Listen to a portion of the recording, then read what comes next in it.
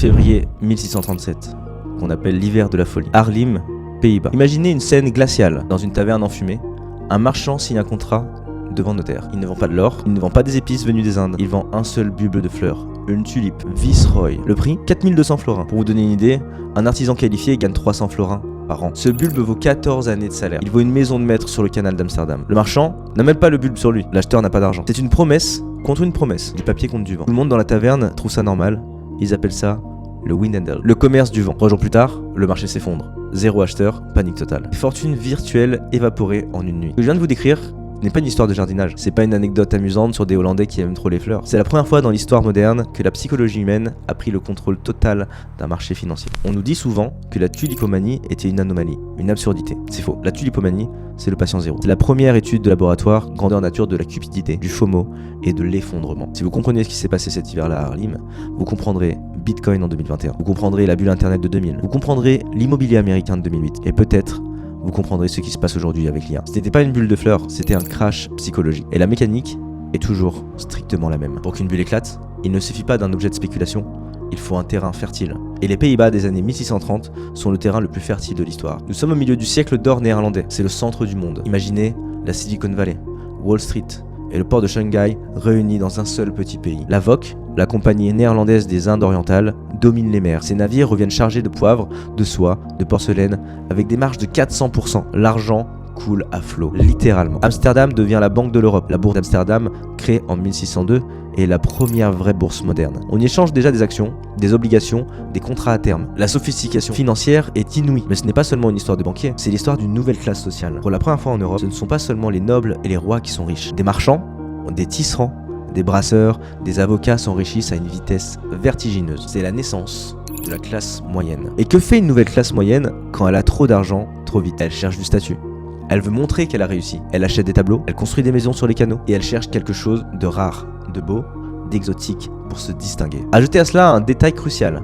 La peste. La peste bubonique frappe Haarlem et Amsterdam à répétition dans les années 1630. La mort est partout. Quand vous pouvez mourir demain, vous ne gardez pas votre argent sous votre matelas. Vous vivez, vous pariez, vous prenez des risques. Le fatalisme ambiant a nourri la prise de risque. Vous avez donc une liquidité massive, une innovation financière capable de créer du levier, une nouvelle classe d'investisseurs inexpérimentés mais avides de statut, une atmosphère de carpe diem morbide. C'était une poudrière et il ne manquait que l'étincelle. L'étincelle est venue de l'Empire ottoman.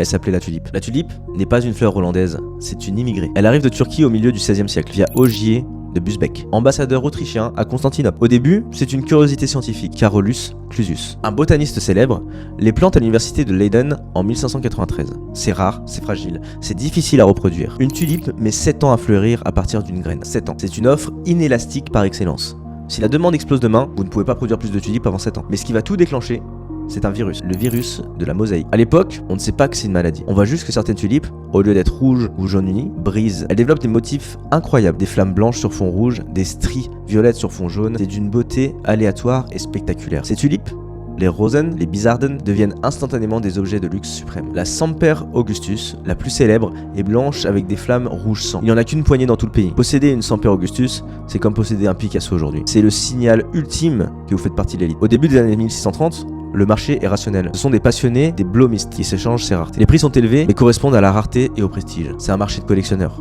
comme l'art, comme les montres vintage. Mais petit à petit, le cercle s'élargit. Les jardiniers voient les marchands payer cher. Les marchands voient les artisans s'intéresser. La tulipe sort des jardins botaniques pour entrer dans les salons, puis dans les arrière-salles des auberges. La demande commence à dépasser l'offre physique. Et c'est là que le génie financier hollandais, ou la folie, entre en scène. 1634, le point de bascule. Jusqu'ici, on achetait des bulbes qu'on plantait. On ne peut pas déterrer et échanger les bulbes qu'on était. Entre juin et septembre, le reste de l'année, le bulbe est sous terre, il dort. Si vous voulez trader en hiver, vous ne pouvez pas échanger la chose physique. Alors les Hollandais inventent le marché à terme, les futurs. On commence à signer des contrats devant notaire. Je vous livrerai ce bulbe en juin prochain pour tel prix. Ce qu'ils ont appelé le Windhandel, le commerce du vent.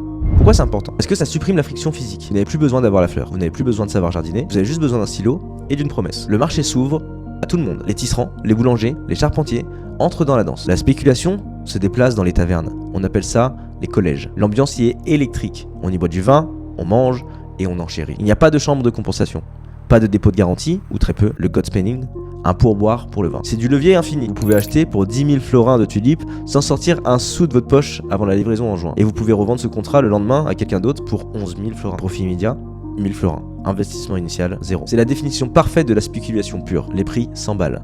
Une tulipe Viceroy s'échange contre 2 charrettes de blé, 4 de seigle, 4 bœufs gras, 8 porcs, 12 moutons, 2 tonneaux de vin, 4 tonneaux de bière, 1000 livres de fromage, un lit, des vêtements et une coupe en argent. Total, 2500 florins. En janvier 1637, au pic de la bulle, les prix de certaines variétés communes sont multipliés par 20 en un mois. C'est l'euphorie. On raconte que des gens vendent leur maison pour acheter des contrats. On dit que des orphelins font fortune. C'est le up only du XVIIe siècle. Mais arrêtons une seconde, ces gens n'étaient pas stupides. Les Hollandais de 1636 étaient les commerçants les plus avisés de la planète. Alors pourquoi risquer sa maison sur une racine? C'est ici que la tulipomanie devient un miroir pour nous. Ce qui est à l'œuvre, ce sont des biais cognitifs puissants que nous voyons tous les jours sur Twitter ou sur Reddit. Imaginez que vous êtes un tisserand, vous êtes honnête. Vous travaillez dur pour 10 florins par semaine. Et vous voyez votre voisin, un idiot notoire, qui vient de gagner 1000 florins en vendant un contrat sur une tulipe Switzer. Il a gagné en 2 jours ce que vous gagnez en 2 ans. Combien de temps pouvez-vous rester rationnel? La douleur de voir les autres s'enrichir sans effort est le moteur le plus puissant des bulles financières. On ne vendait pas juste une fleur, on vendait une histoire. L'histoire que la tulipe était le nouveau standard de richesse, que les rois de France et d'Angleterre allaient tout acheter, que la demande était infinie. Quand le narratif est assez fort, la valorisation fondamentale ne compte plus. Ce n'est pas juste une fleur, c'est une réserve de valeur. Ça vous rappelle quelque chose? Parce que les prix montaient tous les jours dans les tavernes. Tout le monde pensait pouvoir vendre à tout moment. Les gens confondaient la valeur papier et la richesse réelle. Ils se sentaient riches, donc ils dépensaient plus, ce qui nourrissait l'économie réelle et validait la bulle. Dans les collèges, entourés de bruit, d'alcool et d'excitation, le doute est impossible. Si tout le monde achète, c'est que ça a de la valeur. Le consensus social remplace l'analyse. C'est la psychologie de masse à l'état pur. Et ça marche, jusqu'à ce que ça marche plus. Le crash n'a pas été causé par une mauvaise nouvelle. Pas de guerre, pas de mauvaise récolte. C'est le problème de toutes les chaînes de Ponzi. À un moment, on manque de plus grand. Le 3 février 1637, Arlim, une vente aux enchères de routine. Un vendeur propose un lot de tulipes. Personne n'en chérit. Il baisse le prix. Silence. Il baisse encore. Toujours rien. D'un coup, la réalité frappe la salle. Et si ça ne valait rien? La nouvelle se répand comme une traînée de poudre. Arlim, puis Amsterdam, puis Alkmaar. C'est la panique.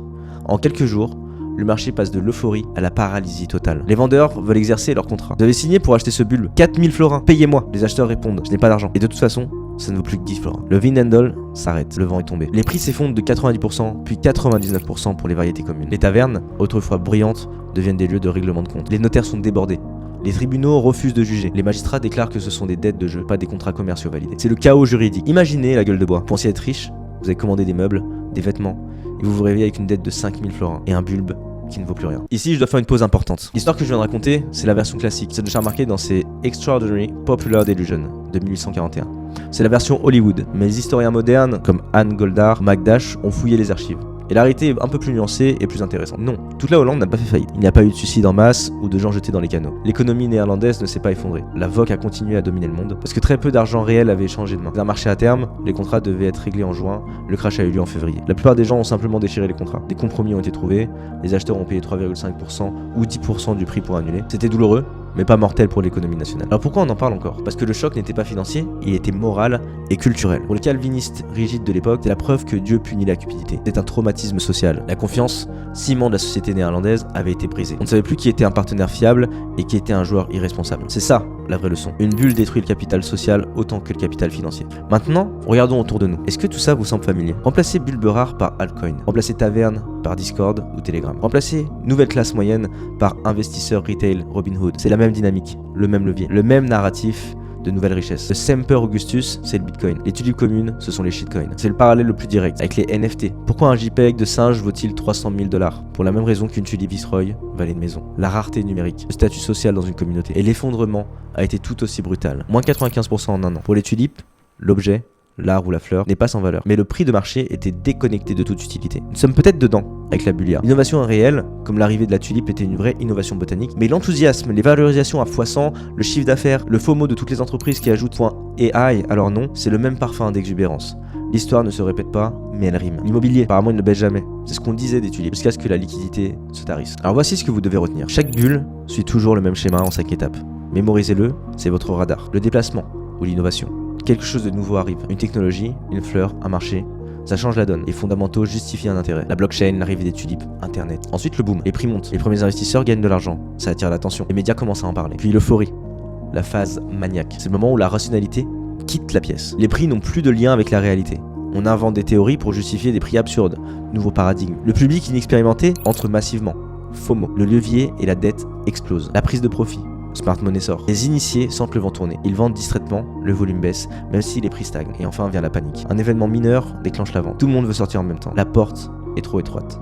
les prix s'effondrent, les illusions se dissipent, on cherche des coupables. La tulipomanie a coché toutes ces cases en 3 ans. Les bulles modernes les cochent en 6 mois. La technologie accélère le cycle. Mais la psychologie humaine, elle, n'a pas changé d'un iota depuis 1637. Alors qu'est-ce que la tulipomanie? Ce n'est pas une histoire de fleurs, c'est l'histoire de notre désir éternel de richesse, de notre besoin profond de statut social et de notre capacité terrifiante à nous convaincre collectivement d'une illusion. Les marchands de Harlem n'étaient pas plus bêtes que nous, ils étaient juste humains. Et c'est ça qui est effrayant. Parce que si ça leur est arrivé, à eux, les maîtres du commerce mondial, ça peut nous arriver, et ça nous arrivera encore. La prochaine fois que vous voyez un actif monter verticalement, la prochaine fois que votre voisin vous dit qu'il a fait fortune sur un truc qu'il ne comprend pas, la prochaine fois qu'on vous dit « cette fois, c'est différent », rappelez-vous de l'hiver 1637, rappelez-vous du Vinhandle, et demandez-vous « est-ce que je suis en train d'acheter de la valeur ou juste du vent ?» Si vous voulez comprendre les signaux avant que la foule ne panique, abonnez-vous et rejoignez la newsletter disruptive. On y analyse ces patterns avant qu'ils n'explosent. Merci de votre attention.